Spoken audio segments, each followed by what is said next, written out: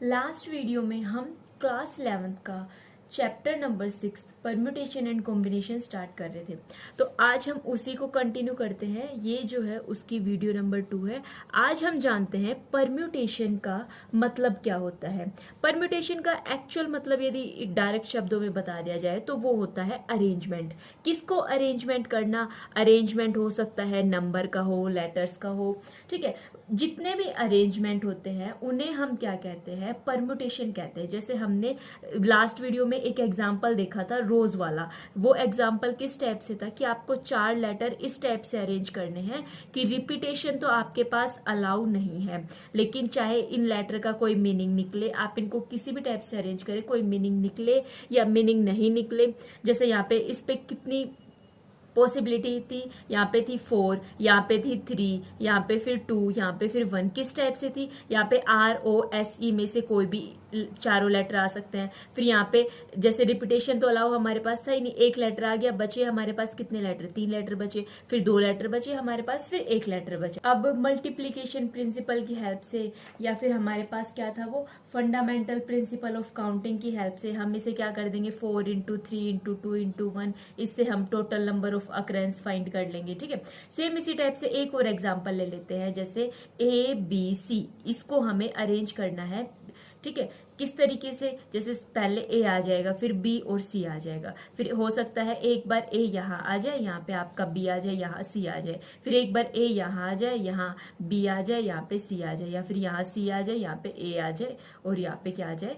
B आ जाए। इस तरीके से करके मतलब आप इसके टोटल कितने केस बन जाएंगे? आपके पास 8 केस बन जाएंगे। अब आपको यदि ऐसे 1 2 3 यहाँ पे बोल दे कि रिपीटेशन अलाउ नहीं है, रिपीटेशन अलाउ नहीं है, तो यहाँ पे कितनी पॉसिबिलिटी है? ABC में से 3 पॉसिबिलिटी है। यहाँ पे कितनी है? 2 और यहाँ पे कितनी है? 1। सॉरी, यहाँ पे ना total 6 total number of occurrence बन जाएंगे। आप इसको चाहे फाइंड भी करके देख लो। 3 इंटू 2 इंटू 1, 8 नहीं 6, करेक्ट कर लेना इसको। तो यहाँ पे कितने हो जाएंगे? 6 हो जाएंगे। परम्यूटेशन की डेफिनेशन हमारे पास क्या हो जाएगी? परम्यूटेशन एक टाइप का अरेंजमेंट है एक डेफिनेट ऑर्डर के अंदर। किसका अरेंजमेंट है? नंबर ऑफ ऑब्जेक्ट का, जो कुछ ऑब्जेक्ट एक साथ ले या फिर सारे ऑब्जेक्ट एक ही टाइम पे ले गए। रिपीटेशन एंड नॉन रिपीटेशन वाली बात है, ठीक है। अब जो नंबर ऑफ परम्यूटेशन है एंड डिफरेंट ऑब्जेक्ट का, हम क्या देख रहे हैं? नंबर ऑफ परम्यूटेशन देखते हैं।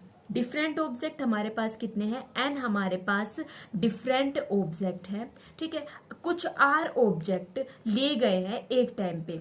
R ऑब्जेक्ट को हमने एक टाइम पे लिया है। अब R की वैल्यू क्या हो सकती है? 0 से तो कुछ ना कुछ बड़ी होगी, 0 के इक्वल होगी तो 0 ऑब्जेक्ट तो लेंगे नहीं, कुछ तो लेंगे, तो 0 के इक्वल नहीं होगी। 0 से कुछ ये वैल्यू बड़ी होगी और less than equal to n होगी। हो सकता है ये R इस n के इक्वल हो सकता है ये R जो है इस n से क्या हो? छोटा हो। तो इसे हम किस टाइप से डिनोट करते हैं? जहाँ पे जो है रिपीटेशन अलाउ नहीं है, रिपीट ये नहीं हो रहे हैं, तो इन्हें हम कैसे बोलेंगे? NPR। P हमारे पास क्या है? परम्यूटेशन। N अलग अलग ऑब्जेक्ट है और R ऑब्जेक्ट हमने लिए हुए हैं। तो इसका क्या हो जाएगा? जैसे ये वाला ही समझ लेते हैं, ठीक है। जैसे 3 लेटर हमें चूज करने थे। सबसे पहले हमने लिया 3, फिर एक उससे कम, फिर एक उससे कम। तो सबसे पहले हमने लिया n ऑब्जेक्ट, फिर n से एक कम, फिर n से 2 कम। इसी स्टेप से हम चल रहे हैं। फिर कहां तक जाएंगे?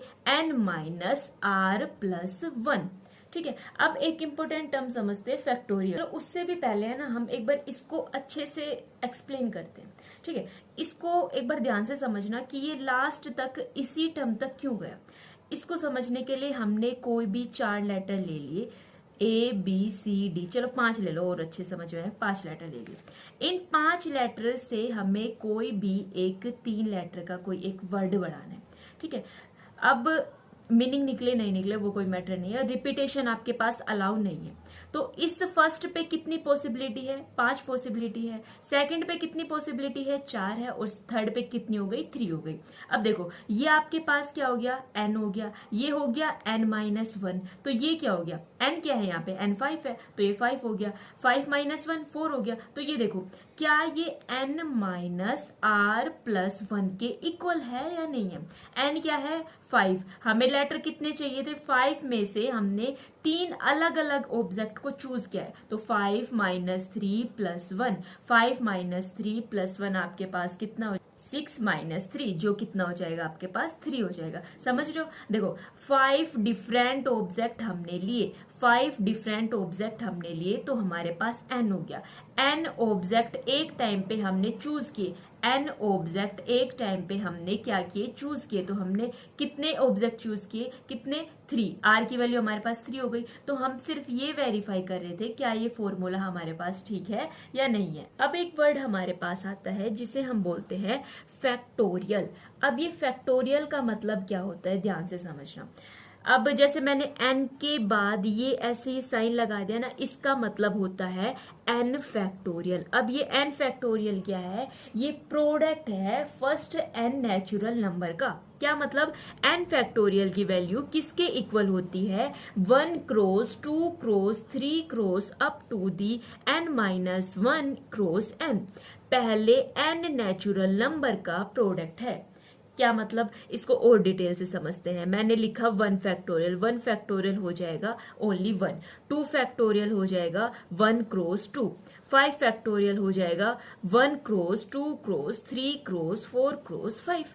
समझ रहे हो कि 1 से तो ये शुरू होगा, लास्ट में ये n जहां तक है, फिर ये 10 होगा। 10 का मतलब क्या हो जाएगा, 1 cross 2 cross 3 cross 4 cross 5 cross 6 cross 7 cross 8 cross 9 cross कहां तक चला जाएगा, 10 तक चला जाएगा। ठीक है, लेकिन एक बात जो ध्यान देने की है कि 0 फैक्टोरियल का मतलब आपके पास क्या होता है, 1 होता है। और 5 फैक्टोरियल को आप क्या लिख सकते हो, 5 इंटू 4 फैक्टोरियल लिख सकते हो। क्या मतलब हुआ, n फैक्टोरियल को मैं क्या लिख सकती हूँ, n into n minus 1 factorial भी लिख सकती हूँ, या फिर और क्या लिख सकती हूँ, n into n minus 1 into n minus 2 factorial लिख सकती हूँ। इस टाइप से मैं लिख सकती हूँ, कोई दिक्कत नहीं है, क्योंकि n माइनस 2 का मतलब क्या है, फिर ये इसका कहाँ तक प्रोडक्ट, n माइनस 2 तक प्रोडक्ट। ठीक है, यदि आपके पास ये वाला एग्जाम्पल आ जाए कि 5 फैक्टोरियल माइनस 2 फैक्टोरियल आपको फाइंड करना है, तो आप कैसे करोगे, 5 फैक्टोरियल को क्या लिख सकते हो, 5 इंटू 4 इंटू 3 इंटू 2 फैक्टोरियल।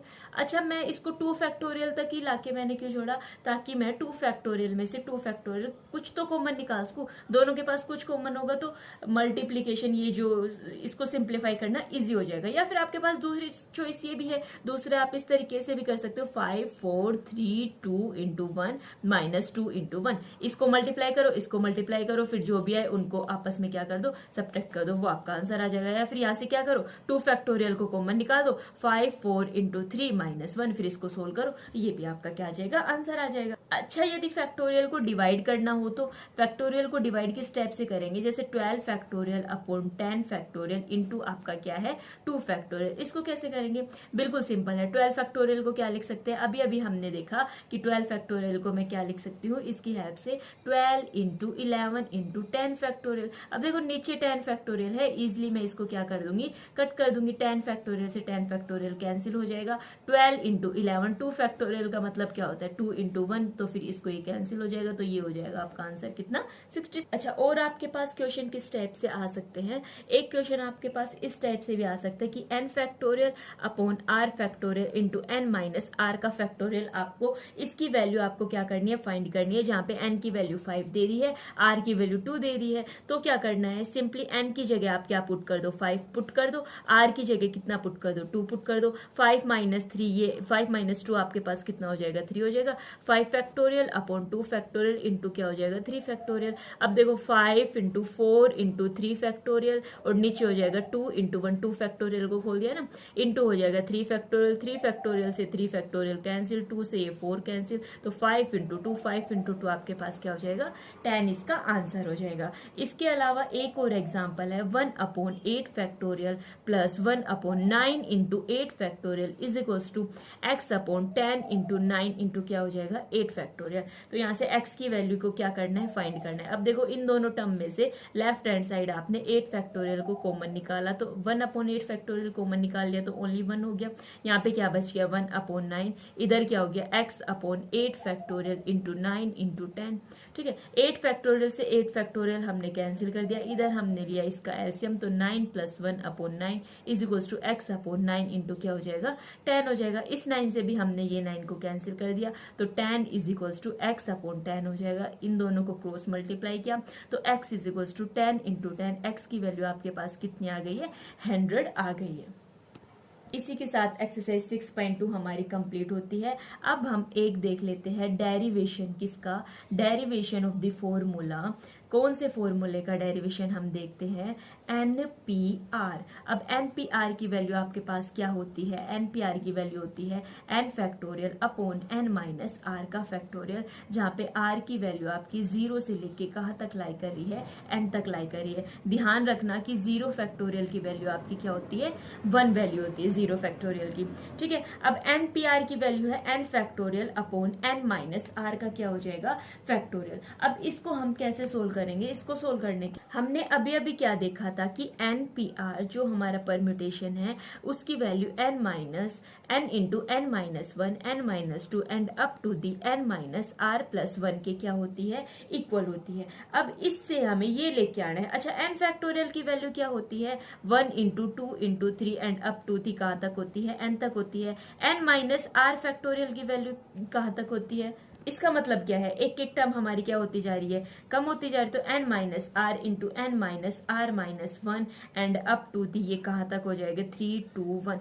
इस चीज में कंफ्यूज मत हो ना, चाहे आप इसको 1 2 3 ले जाके n माइनस आर तक ले जाओ या फिर n माइनस आर में से एक एक टर्म कम करते जाओ। जैसे इसको लिख दिया ना, इसको आप कैसे भी लिख सकते हो, n इंटू एन माइनस 1, फिर इस साइड से n माइनस 2 और ऐसे ऐसे करते ये कहाँ तक आ जाएगा, 2 इंटू 1 तक। चाहे ऐसे लिख दो चाहे ऐसे लिख दो। इसने क्या कर दिया, पीछे से एक एक माइनस करके लिख दिया। आप इसको 1 into 2 into 3 up to the कहाँ तक चल जाएगा, n माइनस आर तक। अब जो हमारे पास NPR की वैल्यू आई थी, अब NPR की वैल्यू में हमने क्या करना है, n minus R into N minus R minus 1 और अप टू कहाँ तक लेके 3 इंटू 2 इंटू 1 तक हमें क्या कर देना है, मल्टीप्लाई और डिवाइड कर देना है। क्या मतलब समझे, NPR की वैल्यू आपकी किसके इक्वल थी, n into N minus 1 n minus 2 और अप टू कहाँ तक लेके n माइनस आर प्लस 1 तक थी, ठीक है। कुल मिला के ये बात है, आपको n माइनस आर फैक्टोरियल से क्या करना है, मल्टीप्लाई करना है और क्या करना है, डिवाइड करना है।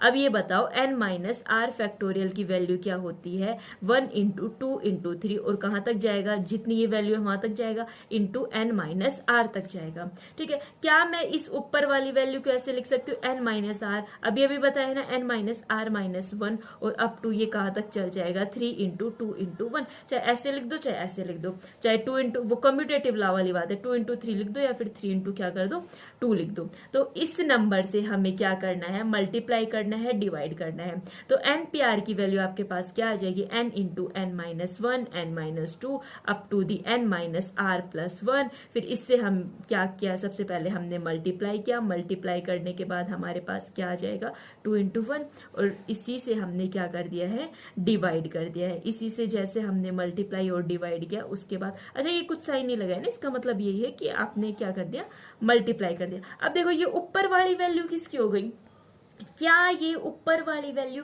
n फैक्टोरियल हो गया, कैसे हो गया n factorial, 1 into 2 into 3 and up to the n तक, बीच की कोई भी टर्म मिसिंग नहीं है। तो ऊपर वाली वैल्यू को मैंने लिख दिया n फैक्टोरियल। नीचे वाला क्या है, नीचे वाला अभी बताया है कि n माइनस क्या है, r फैक्टोरियल है, तो नीचे वाला हो गया हमारा n माइनस r फैक्टोरियल। और यही वैल्यू होती है किसकी, NPR की यही वैल्यू होती है, यही हमें प्रूव करना था। उस केस में क्या होगा, जब आपके पास n और r दोनों वैल्यू इक्वल हो जाएगी। तो देखो n और r की वैल्यू, दोनों वैल्यू आपके पास क्या हो गई है, इक्वल हो गई है। तो नीचे तो ऊपर हो गया आपके पास n फैक्टोरियल, नीचे 0 फैक्टोरियल।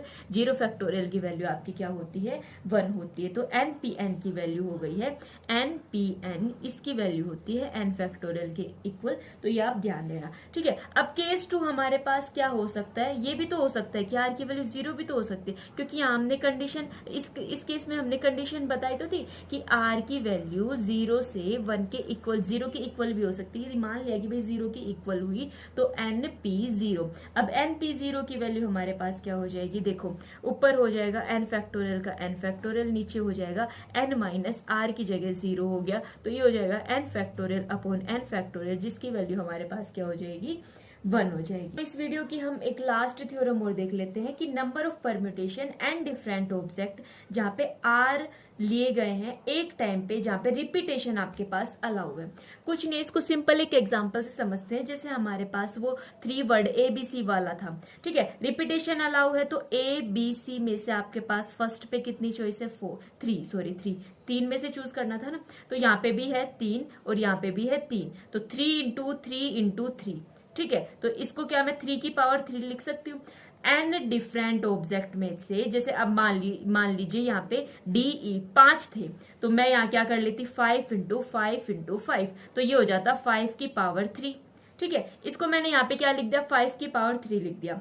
अब इस केस में 5 हमारे पास क्या था? n था, n की वैल्यू 5 थी, r की वैल्यू क्या थी? 3 थी, तो वो क्या हो गया? n की पावर r हो गया। तो वही है, जब रिपीटेशन आपके पास अलाउ होते हैं तो उसमें नंबर ऑफ परम्यूटेशन फाइंड करने के लिए सिंपली आप n की पावर 5 जो है अप्लाई कर सकते हो, जहाँ पे रिपीटेशन क्या है? अलाउ है। फिर चाहिए 10 होते, 10 में से आपको 2 चूज करने थे या 3 चूज करने थे, तो आप 10 की पावर सिंपली क्या कर दोगे? 2 चूज कर दोगे, ठीक है। अब इस वीडियो में इतना रखते हैं और आगे इस चैप्टर को नेक्स्ट वीडियो में कंटिन्यू करेंगे।